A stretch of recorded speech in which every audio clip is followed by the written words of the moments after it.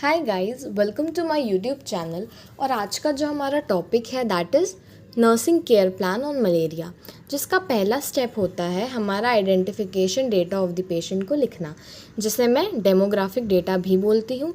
और इसके अंदर जो चीज़ें आती हैं वो हम लिखते हैं name of the patient, age, weight, father's name, education, occupation of father, address, informant relative, date of the admission यानी कब पेशेंट एडमिट हुआ, वार्ड का name, bed number name, registration number यानी कि कई हॉस्पिटल्स में से हम आईपीडी नंबर भी बोलते हैं, consultant name and the diagnosis of the patient.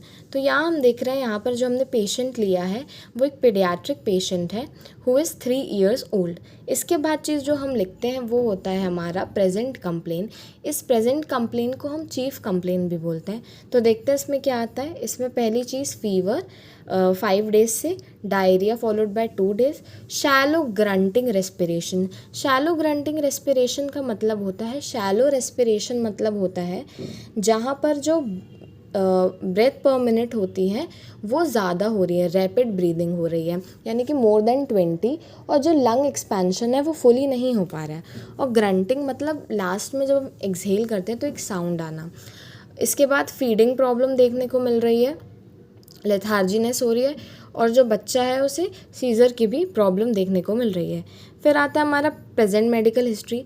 Present medical history में हम लिखते हैं जो भी उस ड्यूरेशन में जो चीज़ें हुई हैं तो उसका एक समरी फॉर्म में हम लिख देते हैं। जैसे कि इसमें लिखा है कि बच्चे को 5 दिन पहले तक कोई भी सिम्टम नहीं थे, फिर शिवरिंग के साथ फीवर आ गया, एक नियर बाय क्लिनिक में लेकर गए पहले, आफ्टर डैट डायग्नोस हुआ मलेरिया और फिर पेशेंट को एडमिट किया गया।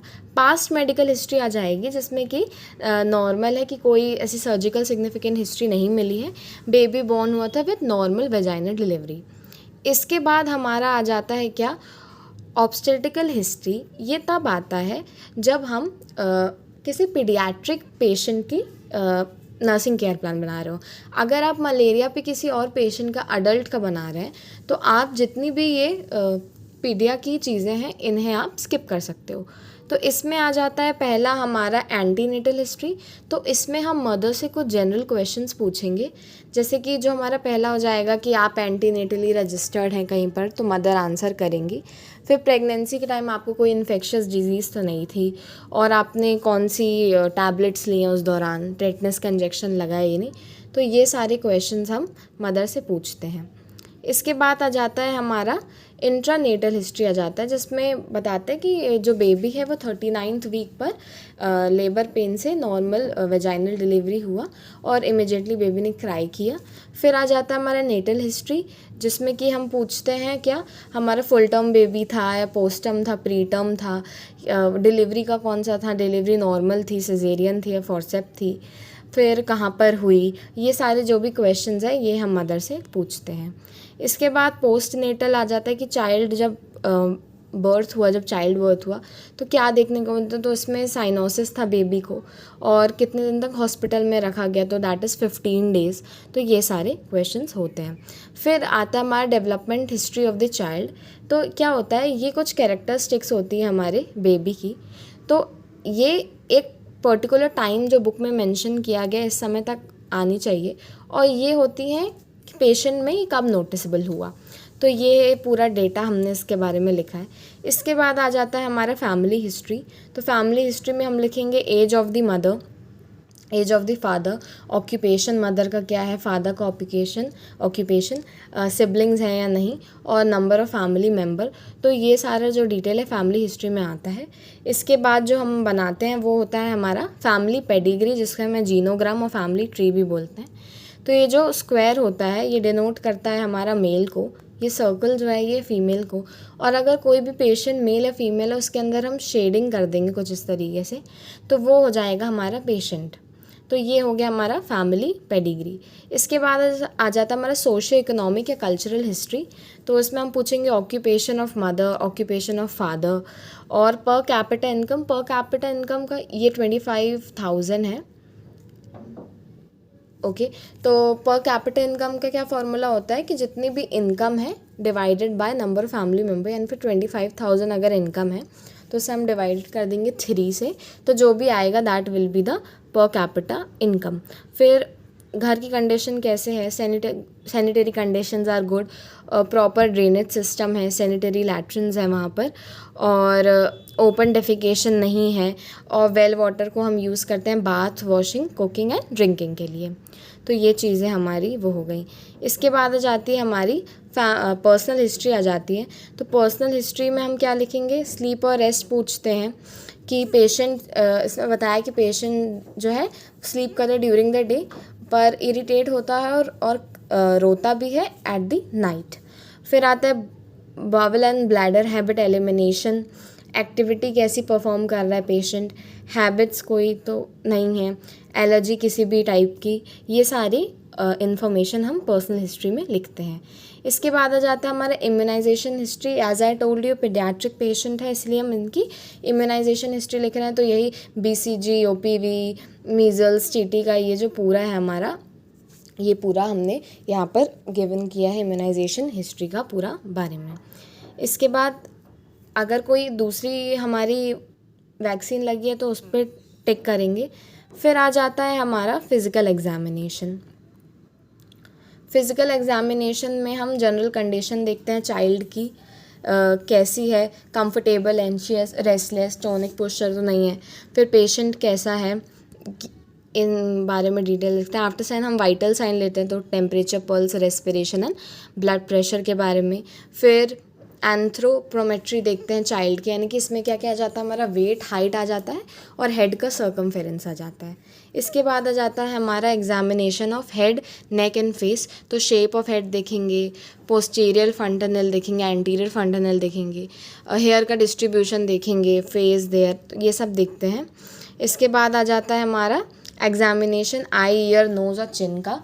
तो आप जैसे दे सकते हैं ये सारी डिटेल्स हमने लिखी हैं पूरी, माउथ की, थ्रोट की, गैगिंग साउंड है, यॉर्निंग कर रहा है बेबी की नहीं, और भी सारे स्ट्रक्चर्स प्रेजेंट हैं। फिर नेक में देखेंगे सिमेट्री है या नहीं है। फिर आ जाता है हमारा examination of skin and nail. तो इसमें आ जाएगा हमारा कि नेल के बेड्स कैसे हैं।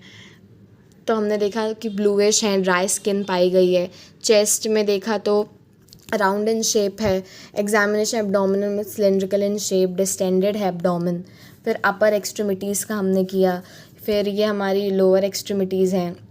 आफ्टर दैट जेनिटेलिया का किया, यूरेथ्रल ओपनिंग प्रेजेंट है या नहीं, और मतलब ये सारी डिटेल्स हमें इसमें फ़िज़िकल एग्जामिनेशन के थ्रू लिखनी होती हैं। इसके बाद आता है सिस्टमैटिक एग्जामिनेशन, यानी कि सिस्टम वाइज हम चीज़ों को देख रहे हैं। तो हमने देखा कार्डियोवैस्कुलर में टैकीकार्डिया आया है, फ्लश्ड अपीयरेंस है, पेलर है। रेस्पिरेटरी सिस्टम में देखा कि ब्रीदिंग में डिफ़िकल्टी हो रही है, टेकिपनिया देखने को मिल रहा है, यानी कि इंक्रीज़ है ब्रीदिंग हमारी। सेंट्रल नर्वस सिस्टम लेथार्जी है थोड़ी। डाइजेस्टिव सिस्टम में ब्रेस्ट फीड में प्रॉब्लम है, लूज़ मोशन हो रहा है, एब्डोमेन भी डिस्टेंटेड है। तो ये सारी चीज़ें हमारी इसमें आ गई। इसके बाद आ जाता है हमारा क्या, इसके बाद आ जाता है हमारा मस्कोस्केलेटल सिस्टम। इसमें हम देख रहे हैं कि हमारी स्पाइन स्ट्रेट पाई गई है, दोनों शोल्डर सेम लेवल पर हैं, फुल रेंज ऑफ मोशन है, tenderness, heat over swelling over the joints मिली है। तो यह सारी डिटेल्स हमने लिखा है।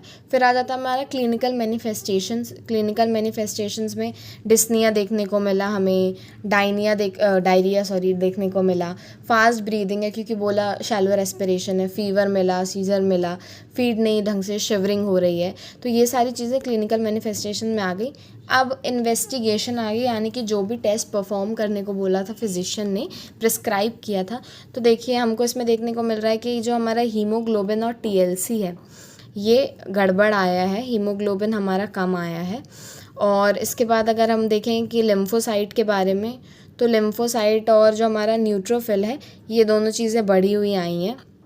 फिर RBC काउंट भी हमारा बढ़ा हुआ आया है। और ये सारी जो पूरी डिटेल्स हैं इसमें हमने इन्वेस्टिगेशंस में हमारी देख ली। तो ये था हमारा पूरा क्लिनिकल मैनिफेस्टेशन का और इन्वेस्टिगेशन का। आते हैं हम नेक्स्ट पॉइंट पे। अब हम आते हैं हमारे ट्रीटमेंट पे। क्या ट्रीटमेंट है मलेरिया के लिए, क्या उन्हें प्रिस्क्राइब किया गया है। तो RL ये हमारा IV होता है, मल्टी इलेक्ट्रोलाइट होता है, और फिर हमारा एंटीबायोटिक दिया जाता है, फिर क्या सिरप जिंक प्रिस्क्राइब्ड है। तो ये सारी चीज़ें जो हैं हम लिखेंगे कि उसका क्या डोज, जो भी हमारे फाइल में प्रेजेंट होता है, ड्रग्स, डोज, रूट एक्शन, ये सब हमें बनाना पड़ता है ट्रीटमेंट शीट में बनाने के लिए। फिर आ जाता है हमारा नर्सिंग प्रोसेस। तो नर्सिंग प्रोसेस में हम जनरल, सबसे पहले जो पहला पॉइंट होता है असेसमेंट करते हैं। तो असेस करेंगे general condition of the patient, फिर हिस्ट्री लेंगे, उसकी फिज़िकल एग्जामिनेशन करेंगे। अब जो मोस्ट इम्पॉर्टेंट डायग्नोसिस बनते हैं वो ये होते हैं। तो पहला बना हमारा ट्रॉमा का, क्योंकि सफोकेशन हो सकता है क्योंकि सीजर्स आ रहे हैं। इम्बैलेंस न्यूट्रिशन है। थर्ड आ रहा है ऑल्टर्ड बॉडी टेम्परेचर, क्योंकि मलेरिया है तो ऑब्वियसली फ़ीवर आ रहा है, तो हाइपरथर्मिया हो रहा है इन्फेक्शन के कारण। फिर WBC का काउंट जो है काफ़ी बढ़ा हुआ आया है इन्फेक्शन के कारण। और जो पेशेंट है वो लोग नॉलेज डेफिसिट है कंडीशन के रिगार्डिंग में। तो ये सारे हमारे हो गए क्या, नर्सिंग डायग्नोसिस हो गए। तो आप एक बार ये पूरा नर्सिंग डायग्नोसिस में आ जाएगा। अब आ जाते हैं हम हमारे केयर प्लान में। तो देखिए, सबसे पहला तो हमारा यही होगा कि risk for trauma for suffocation related to seizure आ गया। तो अपना हमारा आउटकम क्या होना चाहिए, गोल क्या होना चाहिए कि हमको ये जो है रिस्क जो है इसको कम करना होगा। तो इसके लिए जो फॉलोइंग इंटरवेंशंस होंगे वो हमारा यही होगा कि सबसे पहले हम आइडेंटिफाई करें करेक्ट पोटेंशियल रिस्क फैक्टर, कौन कौन से फैक्टर हैं जो ट्रिगर कर रहे हैं इस चीज़ को। फिर पेशेंट को हम यही बोलेंगे कि आप इन्वायरमेंट थोड़ा अच्छा रखिए और सेफ्टी थोड़ा बढ़ा दीजिए, क्योंकि सीजर में झटके मतलब हैं तो थोड़ा सेफ्टी पे ध्यान रखना पड़ेगा। फिर ये हमारा हो गया। फिर हमने इम्प्लीमेंटेशन में यही चीज़ें लिखी कि हमने डायग्नोस्टिक स्टडीज़ को रिव्यू किया और हमने अलग अलग फैक्टर्स को डिटरमाइन किया। इसमें हम जो थर्मोमीटर्स हैं उनको अवॉइड करते हैं यूज़ करना, क्योंकि क्या होता है कि थर्मोमीटर्स में होते हैं हमारा मर्करी। अगर आप ओरली टेम्परेचर लोगे तो कई बार अनकॉन्शियस हो जाएगा पेशेंट, तो उसको बाइट भी कर सकता है। इसीलिए हम टिम्फेनिक थर्मोमीटर को यूजुअली प्रेफर करते हैं। तो पहला हमारा नर्सिंग केयर प्लान ये बन गया। ये था पूरा हमारा फर्स्ट, यहाँ से लेके यहाँ तक ये हमारा पहला था। अब आ जाता है हमारा दूसरा केयर प्लान, जिसमें जो सब्जेक्ट ये यहीं से स्टार्ट हो गया, सेकंड जहाँ से लिखा हो सब्जेक्टिव। तो इसमें इम्बैलेंस न्यूट्रिशन है, तो ऑब्वियसली हमारा जो गोल होगा वो यही होगा कि हम अब न्यूट्रिशनल स्टेटस को इम्प्रूव करें। तो इसमें जो जो चीज़ें हमें देखने को मिलती हैं वो short term after 4 hour of nursing intervention the family will able to verbalize understanding of positive factors. ये पूरा लॉन्ग टर्म में भी हमें चीज़ें देखनी पड़ेंगी।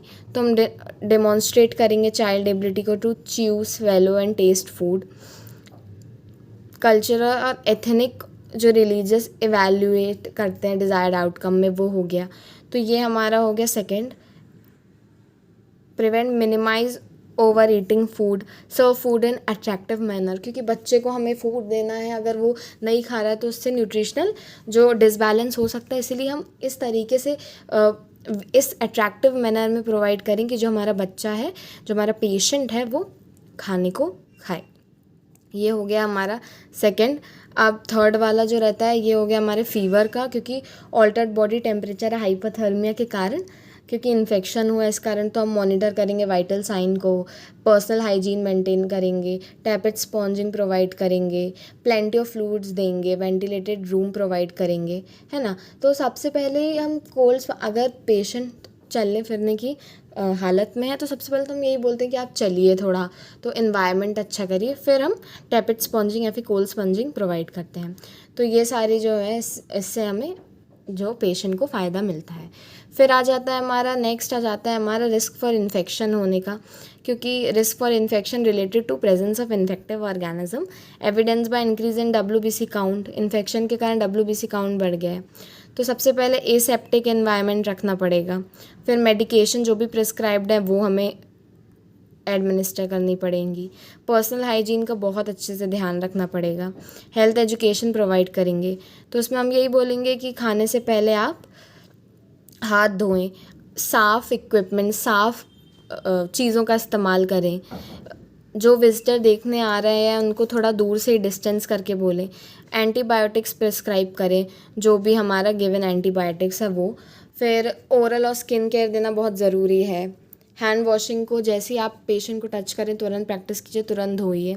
तो ये सारी इससे क्रॉस प्रिवेंट होता है क्रॉस इन्फेक्शन, और जो इन्फेक्शन होने के चांसेस हैं वो हमारे क्या हो जाते हैं, बढ़ जाते हैं।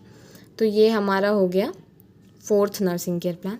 अब आ जाता है हमारा 5th नर्सिंग प्लान, वो नॉलेज डेफिसिट है। तो उसमें हम यही मलेरिया की पैथोलॉजी बताएंगे कि कैसे होता है मलेरिया, डिज़ीज़ के बारे में बताएंगे कि आप कैसे बच सकते हैं, क्या कर सकते हैं, ये सारी चीज़ें। मेडिकल फॉलोअप्स के लिए बोलेंगे, एंटीबायोटिक जो थेरेपी चल रही है वो।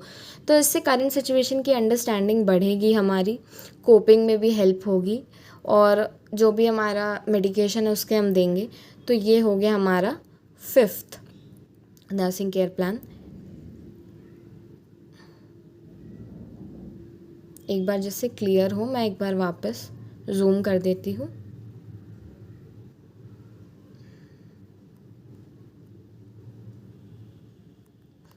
This is all the details of the nursing care plan.